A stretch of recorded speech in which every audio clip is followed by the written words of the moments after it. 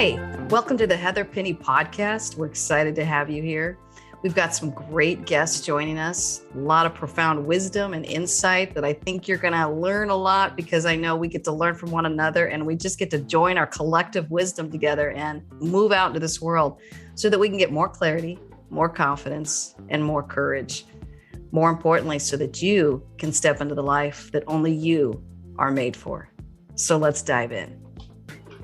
Hello, everyone. It's so good to have you all here today. I have CJ with us, and I am so excited to talk with him. We started talking before we started recording here, and I thought I better hurry up and press record because we'll waste all this great conversation. But he is a media producer and author of a book called Get Weird. All right, Get Weird. Yeah, I love that title, Get Weird. So I'm really excited to talk with him because we're going to jump into a little bit about strengthening identity. I know it's his heartbeat on how we strengthen our identity, both for ourselves personally and for our children that are developing, and really for all of humanity and how we move forward as a team on this planet Earth. So CJ, tell us a little bit about who you are and what you do. Yeah. So who I am is I'm a husband, I'm a dad. And I, for work stuff, I'm a writer by nature. I've spent about 10, 15 years, kind of lost track at this point, writing, helping other people write what's their soul, kind of get their identity out on paper. I run a small little boutique media company that focuses on sort of episodic media production. We tell documentary stories, we tell animated stories, we tell some stories for kids and learning and education. We have a project called Ring Beller that's really fun. We're in the middle of a crowdfunding campaign right now, actually, for the next sort of batch of videos that we're working on. And Ring Beller is, we call it like TED Talks meets Sesame Street. So I love it. It's stuff that we put, it's about 1,300 classrooms around the world right now, helping kids learn really urgent skills like kindness, empathy, a love for diversity. And so we do it in really fun ways. We bring in all these creative leaders and people who are making a difference in their community. And we have an alien and a robot named Crumbaker and Unk who interview them and try and figure out why Earth is so weird. Okay. So I personally want to give to that. Tell me how, and tell our listeners who are probably getting excited about helping our kids. How do you give to that? Yeah, it's makeuskinder.com. Okay. So makeuskinder.com. Mm-hmm. Okay, perfect. And there's a way to give a donation there? Yeah, and you can get some fun stuff in exchange. There's a book a little kids book that I wrote just for this project called Turn Off the TV, Theodore B. And you can get that. You can get a Ring Beller pin from the Planet Ring Beller. You can get lots of fun little perks, and they make really good holiday gifts too. So of course. Oh my gosh. I can't wait to get on that website myself. That's my sales pitch. Good. Yeah. Shameless plug, CJ. Let's just start this thing off the right way. Let's just. That's right, man. We're trying to move humanity forward. We got to figure out how we're doing that. Yeah. Well, let's jump in and talk a little bit about strengthening identity, because that's the series that we're working on. And you were actually referred to me by a dear mutual friend of ours who said, this guy has really studied identity, values the strengthening of it. And I guess I want to start there. What is appealing to you as you think about this topic of how we strengthen our identity? Yeah, I think the first thing is that nobody really quite knows what identity is, or I should say everybody has a different definition of identity. And so I think starting off with that baseline and respecting that there's a ton of different perspectives out there when it comes to this very, very heavy, relevant word, identity, would be, I think, something that's just a good idea. And then I've personally kind of been on this journey of sort of figuring out, well, what does identity mean to me? And what do I think it means? And what would be a helpful definition sort of moving forward? If I get to, if one other person hears this podcast, which I'm sure a lot more will, because you're awesome and you have this great, community around what you're doing, but what would I want to tell them about their identity? What would you want to tell them? now you get, I have to ask the question. What would you want to tell them? Well, again, it's just my definition. So let's go with that. But I don't think identity is something that lives outside of us. Like I think it's it's within us. And I don't think it's the land we come from necessarily. I don't think it's our ethnicity, our occupation, the relationships we have. I think those are all really important things, by the way. But I think like heritage, for example, it's super important. We're having a big national, if not global, discussion about heritage right now. But I think one of the reasons why identity is such a slippery slope of a term right now, nobody can really sort of get their heads around it, is because we've given other people the power to tell us what identity is. So there's this really wonderful Irish poet named John O'Donohue, who is sadly no longer with us. I don't know if you know, you're nodding your head. I'm sure you know. I love him. One of my favorite. And he has got a quote that says, a lot of people confuse identity with their biography. And I like to say people confuse their identity with their story. And like there's a huge emphasis right now on story in our culture, right? And it's like, your story matters, tell your story. And I like to tell you, it's like, your story doesn't matter as much as you might have been told that it does. And I know that sounds a little bit, weird, but the beautiful part about a story is also its inherent weakness, right? You can change your story. You can manipulate your story. And that means if you choose to, you can either tell the truth or you can falsify your story, and you can create another story altogether. I mean, I think about Instagram, for example. I mean, there's an entire industry dedicated to making it easier and easier to do this. And I think the grave mistake is confusing what we project with who we actually are. Oh yeah, I totally get it. I want to circle around with the story because as you're talking, this is what's getting me thinking. I introduced my book with an allegory of this little girl who gets a bracelet, and she loves this bracelet, and she's little and she loves this bracelet, and it's beautiful and it makes her feel cherished and loved. And she goes and runs and plays in her tire swing and has a blast. But what happens is she starts growing up. She gets more and more bracelets until pretty soon she can't keep visiting her tire swing. And she wonders why she's getting sadder and sadder and heavier, but she's trying to balance these bracelets that are going all the way up past her elbow. That's preventing her to do what she actually loves. So, I was thinking about that as you're talking. I'm like, oh yeah, introducing identity with story. So powerful. How we tell our story. That's my story. That is what crafted my identity. And as I put that story out there, that represents my identity, what I've grappled with. But I want to link it even further to when you said the internal and the external. I love that thought because who we are forming internally is impacted externally by what we hear about ourselves. But there comes a time in our life when we can't keep looking to the world to define us. It's appropriate when we're 12 or 5, right? Yeah. But there comes a time when we keep looking outside to the world to say, will you define us? It's like saying, what's my other bracelet I have to put on? And I've stopped defining myself. I'm going to let you keep defining me. Yeah. And so I loved when you said that. And it makes me want to ask this question. When was there a time that you felt defined by the world externally and you felt like this is me? And I'll start with me first. So I'll give you a little time to think on that. But when I was in high school, I remember becoming the captain of my softball team. And I thought, I think I'm a leader. Yeah. So that was important for me as a 16-year-old kid kind of emerging in this world. I needed to be affirmed externally. Yeah.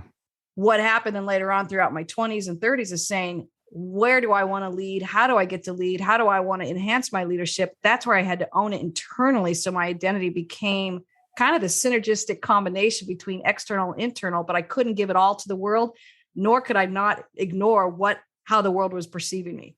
Yeah.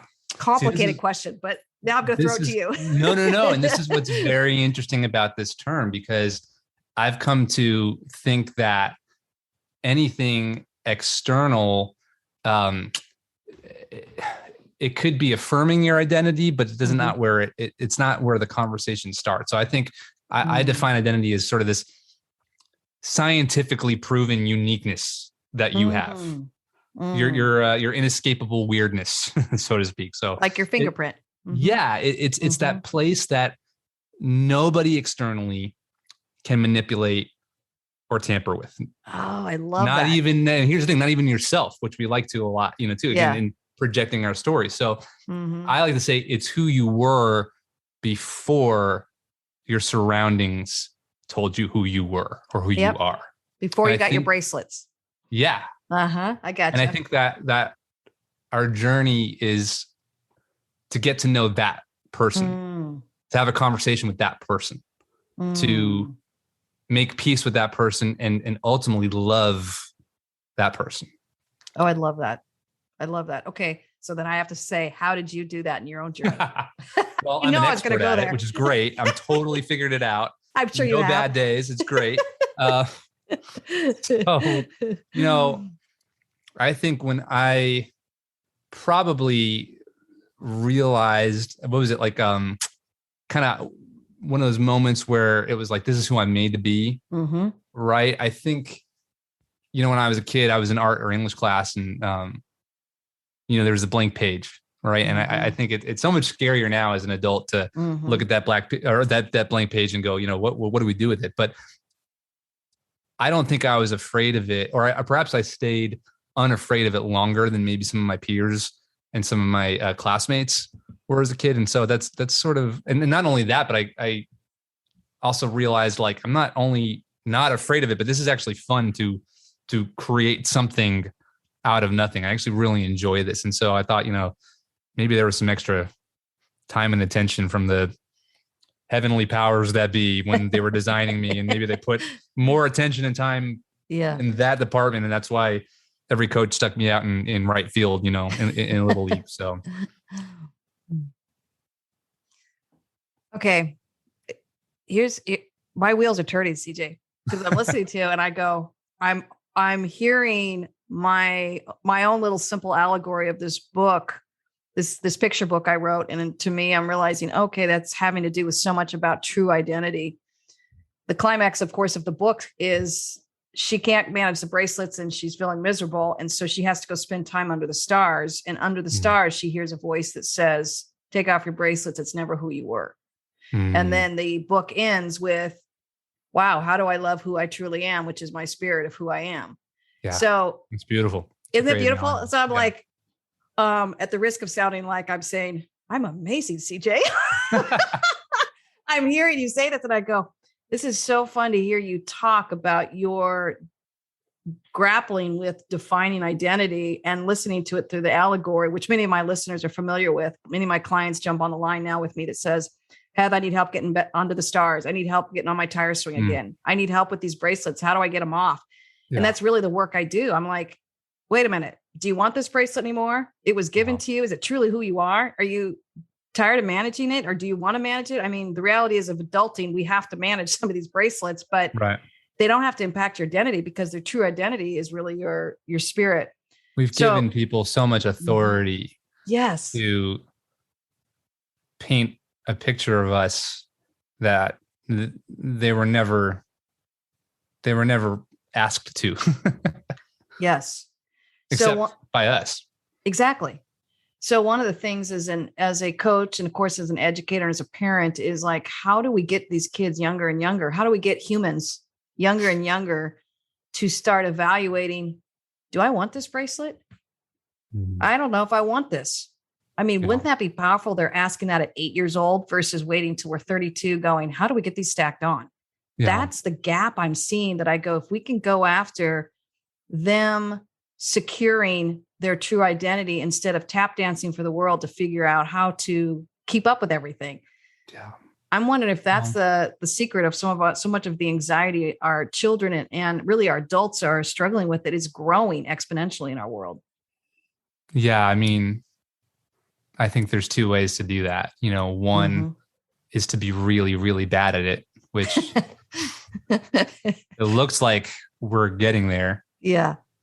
And as we're seeing, even with some of the issues Gen Z and millennials are facing, looking at the generation before them and going, I don't want to be that way. I don't want to do that thing the same way. So that's one way to do it. We could just really burn our or try and burn our identities to the ground, even though I don't think you actually can, but just really not be really bad at living into the person that we're meant to be, or I think the much healthier way, and the way that feels way more generative and creative and beautiful, is to learn how to do it well and to model it in our kids as soon as humanly possible. And it's a journey. It's something that doesn't happen overnight, but I don't think we're making a lot of choices and following a lot of examples as a culture overall right now without really, we talk so much about the metaverse, and all. Meta is such a big word right now.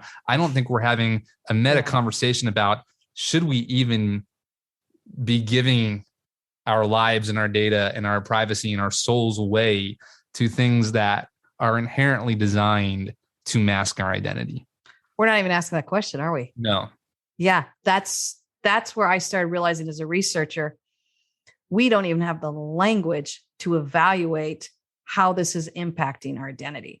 And I think as a coach and advisor and an educator and researcher, I've like, everything is pointing to this. How do we help humans hang on to their true spirit of who they are created to be, to hang on to their beautiful weirdness? I love that you wrote that book, because when I work with clients, I'll go, yeah, you're weird. What's the point? We're all weird.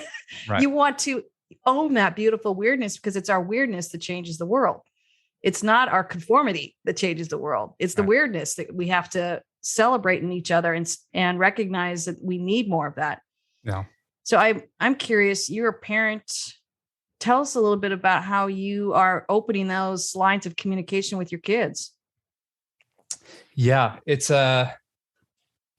definitely something I'm stumbling through. Nobody gives you a handbook when becoming a parent. And, in this, it's funny, in this world of, you can create any story that you want to right now. It's like I've seen people who like had kids, and then 2 years later, they now have repositioned their personal brand as like expert parent. I'm like, you can't do that. Like that's, you have to be like 85 to maybe, understand what it's. So I say everything with the grain of salt, that I'm just working through it. But I am trying to seed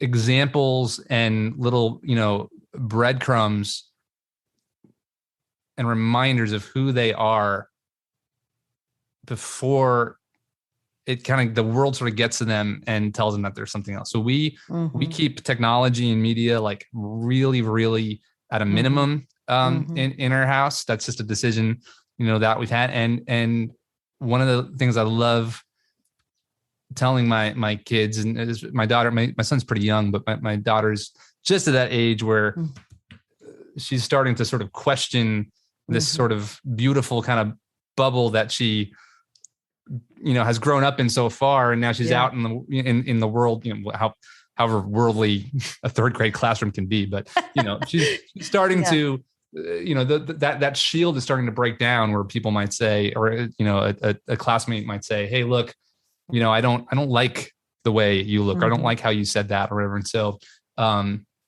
just trying to provide a haven in our sort of family dynamic where she is loved for who she is, regardless of what she does.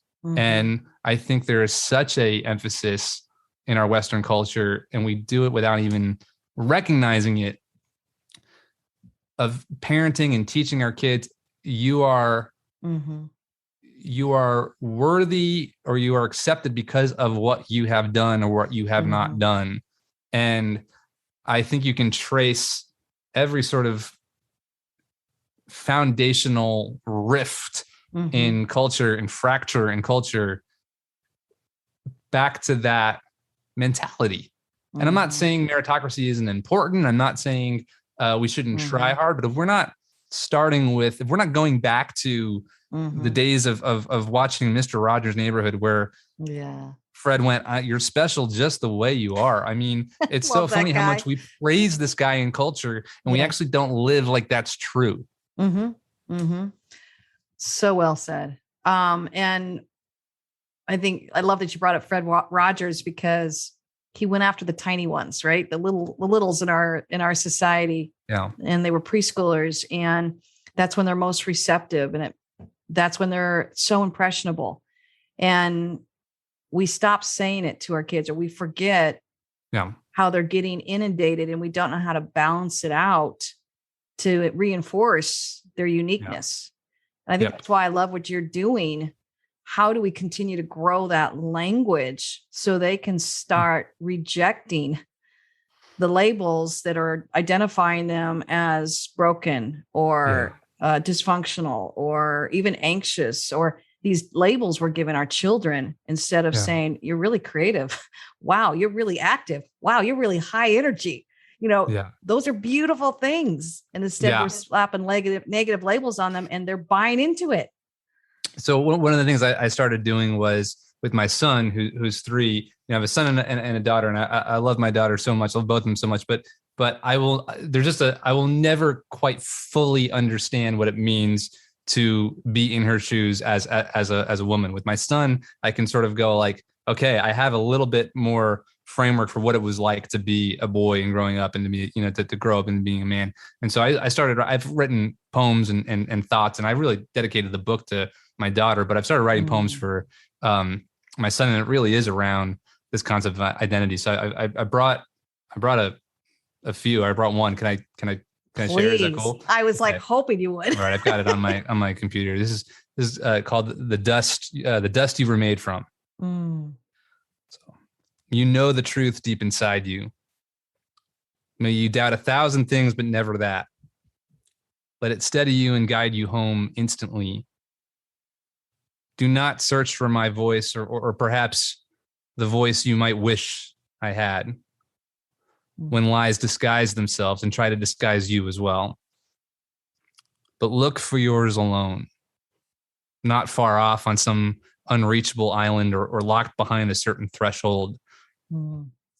There is a strength that begins in the dust you were made from and branches out broader than your body for you to run freely in, or sit, or lie down. Whatever you know, it's meant for. Wow. Gosh, CJ, I love that. I think the first thing I just want to say is thank you. Thank you. Thank you. Thank you.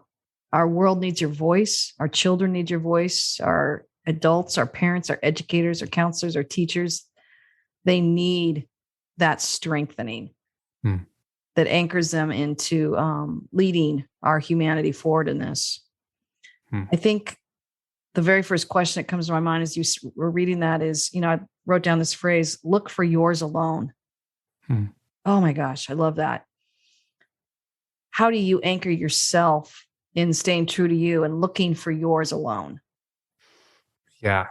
Well, again, I'm a total expert at it and never struggle with it at all. So me neither. That's why we're doing podcasts. It's really funny. It's this weird combination of people who are super close to me and people I've never met before in my life. So I think the process of having kids, or at least being around kids, is really interesting because they are so honest and so sort of divorced from all of the barnacles that have sort of glommed onto us, the bracelets, to use your analogy, over time. And so my kids are incredibly centering to me because the things that they care about are so not the things that I care about. And then it reminds me of like what I cared about when I was their age. And it's all the stuff that my parents were probably thinking of: who am I and what do I do? What's my occupation, vocation, and how much money am I making? And it's like that. Do you love me? Can we go and like take a walk to the park? Can we go? It's so simple. So for me to enter into that, every day is a really, really forced kind of centering process. And I know that's not I know that feels like such an unbelievable blessing from the universe to have that.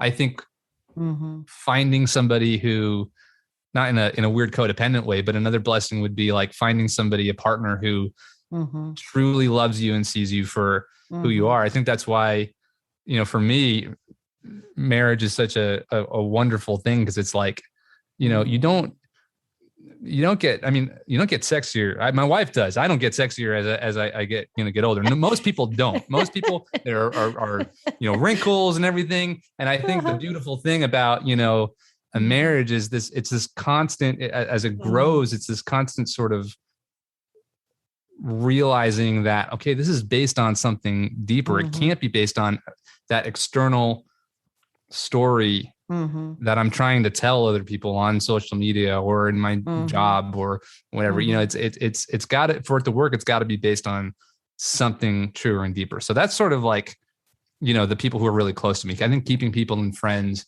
who, and it sounds so simple, but truly love you for who you are, is, priority number one. And then the beautiful part about this conversation of identity is we're so not alone in it. I've found real solace in voices of people who, whenever I read them, I feel like they're sitting across from me, but they're long past from this earth. I feel like their spirit is still roaming and still very near to me. But folks like Thomas Merton and John O'Donohue, and then whenever I find a really good poet, dead or living, it's like, oh my goodness, I've never met you before. I never had the privilege of being on the earth, and at the same time you were there, but you're speaking to my soul, and you're reminding me of who I actually am, apart from who the world tells me that I am. And so those two things really center me on a day-to-day basis, or whenever I choose to engage them. And I think when I'm not feel like I'm living out of my true self, it's because I haven't done a really good job of engaging either of those. Yeah. I love that. I'm reading a book right now by Julian It's actually by Matthew Fox, talking about Julian Norwich. And I think, what was it, 1200s, and she's living through the Black Plague. And it's so synonymous to what we're dealing with the pandemic. And I'm learning, I feel like her spirit is still here 500-600 years later. And you think about leaving your legacy or leaving your fingerprints on this world. Isn't that our hope? Talk about our identity coming out. And I don't know if she ever really did hope for that. I don't know. I think she was so in the middle of just trying to make it, as a woman back then, like, please don't kill me. Like, and for these heretical thoughts. Yeah. And look at us now, speaking about her. Yeah. And she was in a hermitage in Anchorage, which is like a secluded place where she lives in this little room off the side of the church for, I think, 30 years. I mean, I was like, what? Who does this?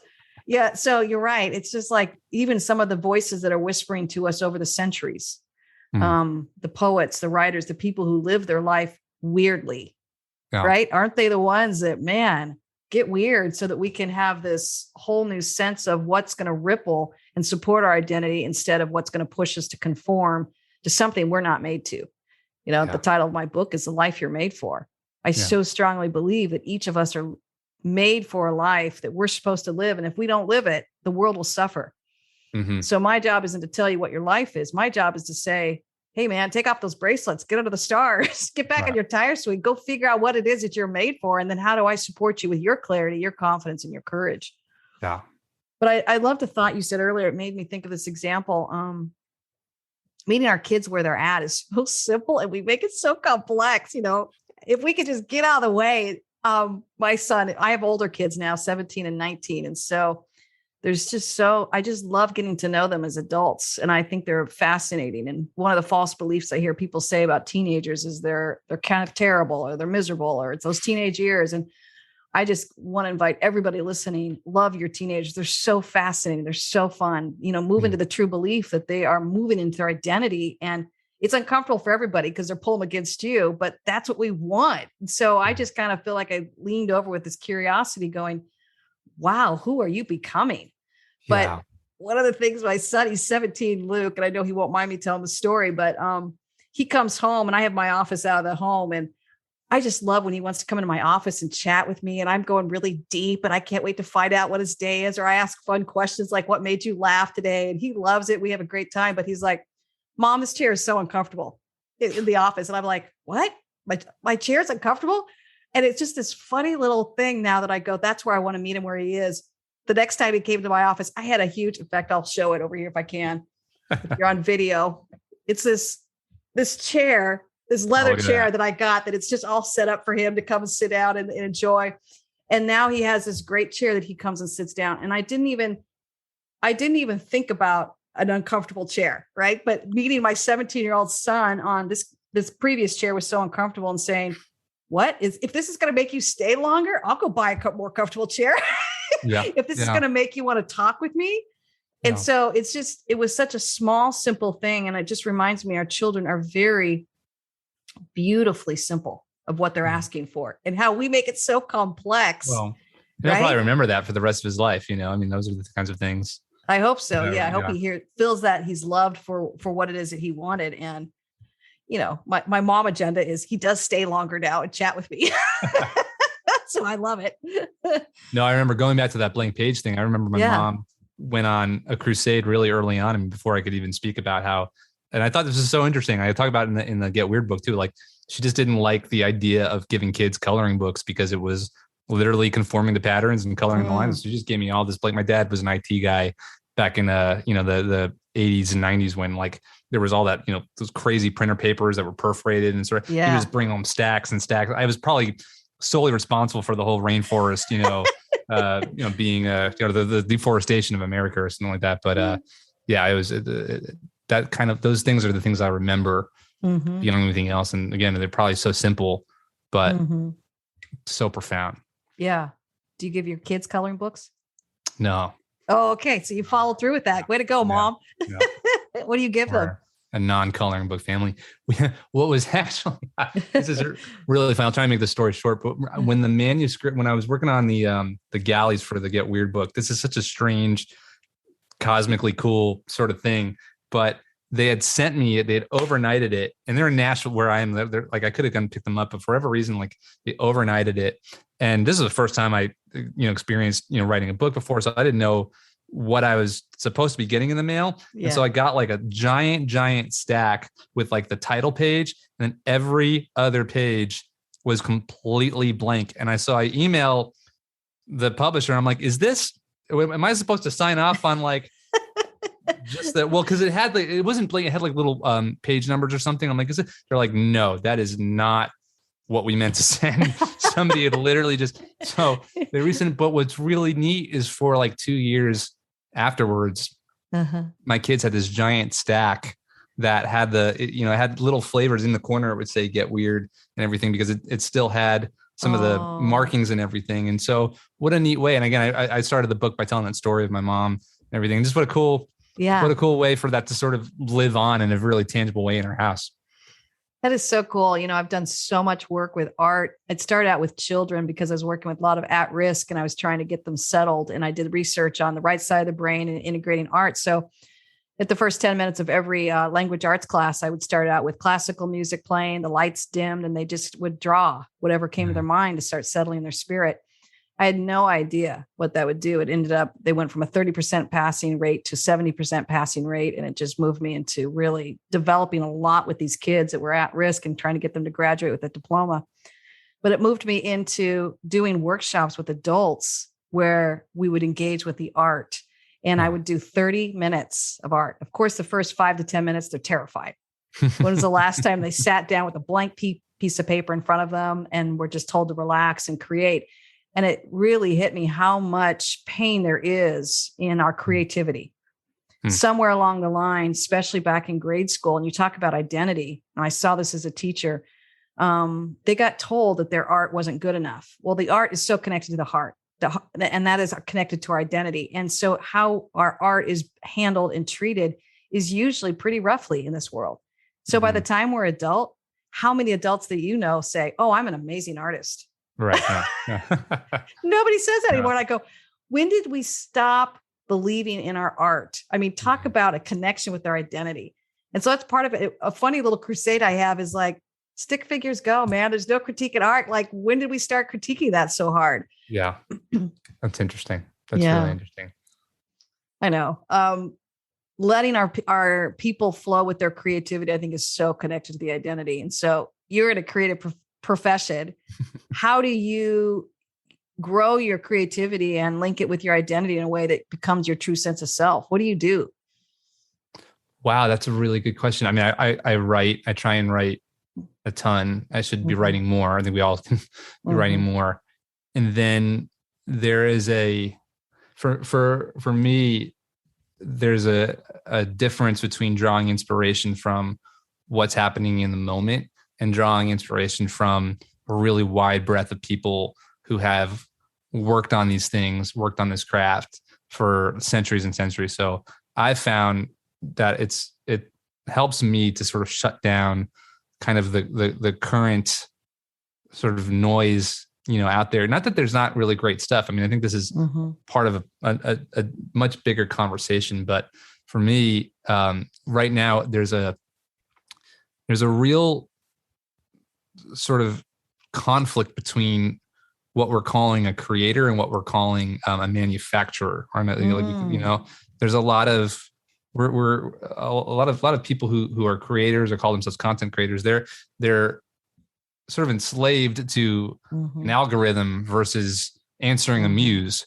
And so I think I need to, what helps me is shutting down that algorithm as much as possible and listening to the muse, listening to those who, again, have gone far, far, far, before me, and try and write and create from that place. And it's really hard because that's not, I don't know, it's not a popular thing to do. I'm certainly not winning any contests, doing that, but it's what feeds my soul and gives me sort of that boost to go out and sort of generate and iterate again. Gosh, I love that term. I'm going to ask a practical question. You are creative by profession. When do you let the muse shift into generating revenue and creating a sense of, you know what I'm saying? I'm asking that practical question as one entrepreneur to another. It's a very practical question. And I was just talking with a friend who is a music producer this morning about it. And we were talking about that question. I think that is the great dance for me. It's been helpful to name those two and not try and confuse them together. And this has been, I kind of joke about being, I was joking before about being an expert and stuff, and whatever. It's like, I really, this is an ongoing challenge for me. I mean, try writing a book, right? You put your entire soul into something, and then you've got to go market it and sell it. And turns out publishers are not really interested in sort of doing that for you. And so that is a really vulnerable, scary process where you're literally shifting between right and left brain, the whole time. If you're an Enneagram, I'm a 4 with a 3 wing. So it's the individualist meets the achiever, and they are constantly battling each other. But for me, recently, it's been really good to go, I do services for people, and I'm putting it in that mental category of they are the customer, they're in charge, they're paying me to do what I do well. And so there's a respect there that I'm not going to let them walk all over me, but I'm not going to confuse that with my own art and my own sort of creative expression. And on a really good day, Heather, when I'm doing those things right, they feed each other really well. It creates this symbiotic sort of relationship. And I think that's happened even more once I stopped trying to separate those two things and say, you stay over here and you stay over here, but go, all right, you guys are different. You're not always going to get along with each other, but you got to live together. I'm going to stick you in the same room, and don't get into a fist fight. So I have to kind of parent them a little bit. Oh, I love that. I love that because as a coach, I'm pretty much paid to help people move forward in life. Yeah. So I work with a lot of stuck muses. Yeah. They want to go on and on about all their creativity. I'm like, yes, it's wonderful. It's amazing. And I have a lot of people who come to me and say, oh, Head, I want to be a coach. I'm like, oh, that's amazing. I don't mean to be crass, but can you sell? Yeah, right. I want to go ahead and check off the box that you love people and that you're probably really good at helping people. And that's wonderful. But eventually you're going to have to figure out how to market yourself, sell what you want to offer this world, and figure out how to close the deal. Part of what I see is a lot of muses stay stuck in, I just want to create. And I want to say, then awesome. It's an awesome hobby. But if you want this to be your profession, you have to figure out how to integrate the manufacturer, or maybe there's a better word for it, CJ, if the manufacturer's the villain. But I wouldn't say it's the villain. I just don't. I think our problem as a society is that we confuse the two and call them the same thing. And so we need manufacturers, or we need manufacturing, and we also need creators and artists who usually the muse is this notion that something's off with the algorithm, and we shouldn't be just manufacturing all the time. But what I have a problem with is when we start calling manufacturers artists and creators. Oh, I love that. Yeah. It's insulting to us muses and creators, isn't it? Sure. And it's honestly a lot of pressure from manufacturers because some people are really good at that. Yeah. So I think separating those two and honoring both roles in a business, in a culture, in a society is a really good thing. And to know this is what this role is and this is what this role is. And yes, they can talk to each other and bleed into each other. And I'm not saying a manufacturer can't be creative and a creative can't be a really good, salesperson or scalesperson. Is that a word? I guess Let's make it one. If I said that confidently, that would have been such a good podcast line. Say it again confidently. We'll edit it out. Right. Like #scalesperson. You know what I'm saying? But yeah, that's. I love that. And then do you feel like you hold that balance pretty well, or do you have people help you hold that balance? I have people helping me hold that balance. I'm just starting, I think, to do it better than I've historically done it in the past. And I'm sorry, but full circle moment, doesn't that go back to our identity? Right? I think, yeah, For me, I think so. Yeah. I feel like I know what I'm good at and I know what I'm not good at. Now 51, I go, I'm getting better and better at that going, oh, I'm good at this. Let me do this and run with it. I am so not good at this. Will you please help me and bring your expertise here? Yeah. But don't cross over for my expertise because that's my identity. That's my fingerprints. That's my weirdness. Yeah. That's good. That's really good. I love that. Man, I've loved this conversation. I feel like we could talk all day. Yeah, me too. Yeah. Let's go let's get weird and change the world. Huh? Let's end with this question. There are I love that you talked about this tension because it's one of the chapters in my book of holding tensions. I think the older we get and the more we want to step out in this world and really live the life we're made for and do great things, we have to get more and more comfortable with tensions like muse and manufacturers. Sidetrack. That's another book, I think. That is so another book for you. Just copyright get GoDaddy and serious. Get these URLs. So I think what would be some encouragement you would give people as you talk about strengthening your identity and really kind of holding these tensions that we're facing in this world? Yeah. Encouragement is a thing that we really all need.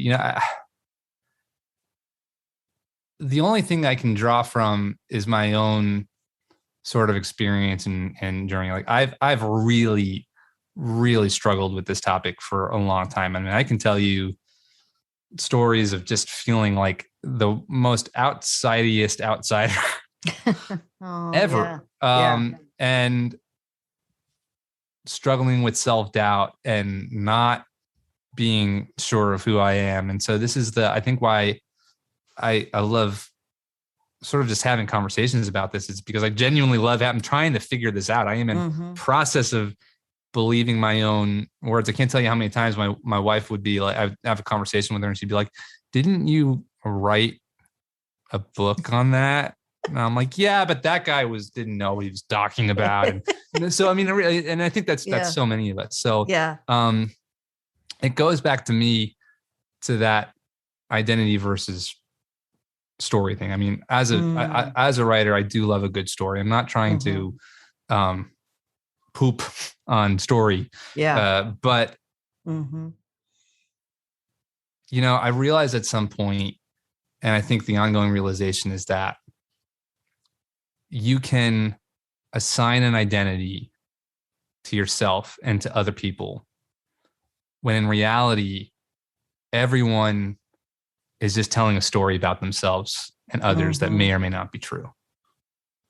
And once you kind of realize that, I think it sort of reframes and redistributes what's important. For me, at some point, and I can give you examples, but it's like there's these moments where it's like I just decided it's like, I'm more interested in loving a person than I am in loving a story.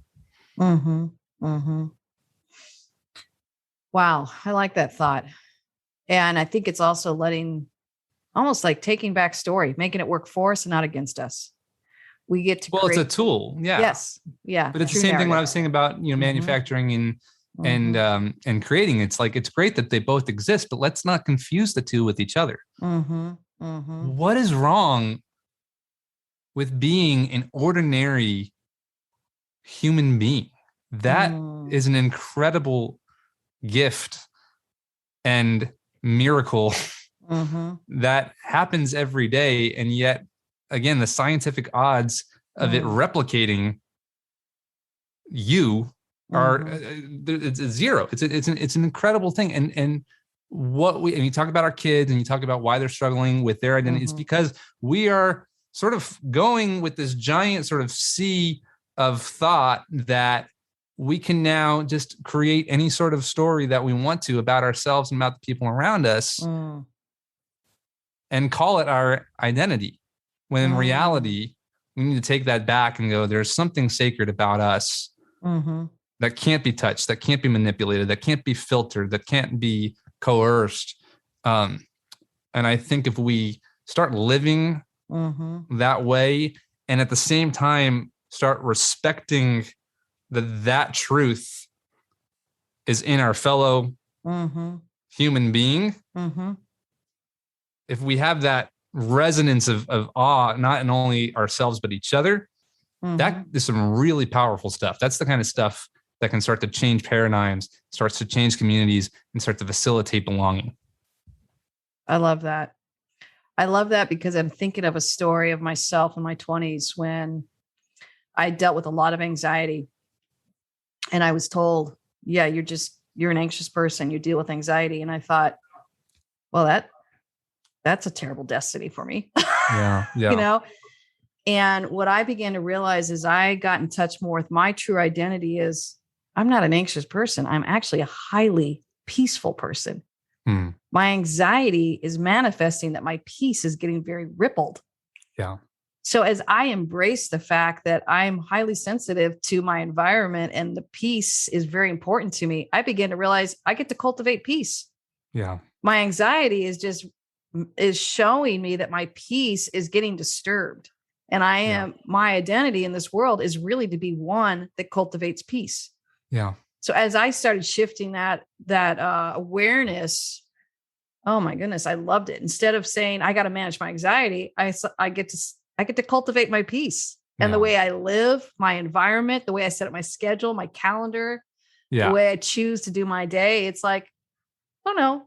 If I start getting a little anxious, it's because my peace is not dominating how I'm living my life. So I have to get in touch with, no, Heather, you're made to be a very peaceful person. Create the peaceful calendar that you need in order to live your life and invite people into that and create well.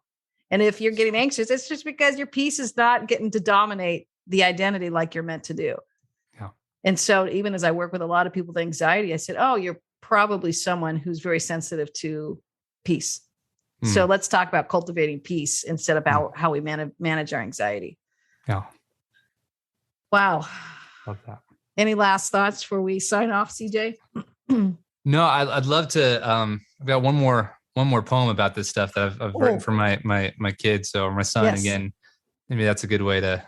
Let's close with that. Again, it's just something I think about a lot, and yeah, it comes out in some of this writing. But this one's called a soft voice. I hope you develop a soft voice.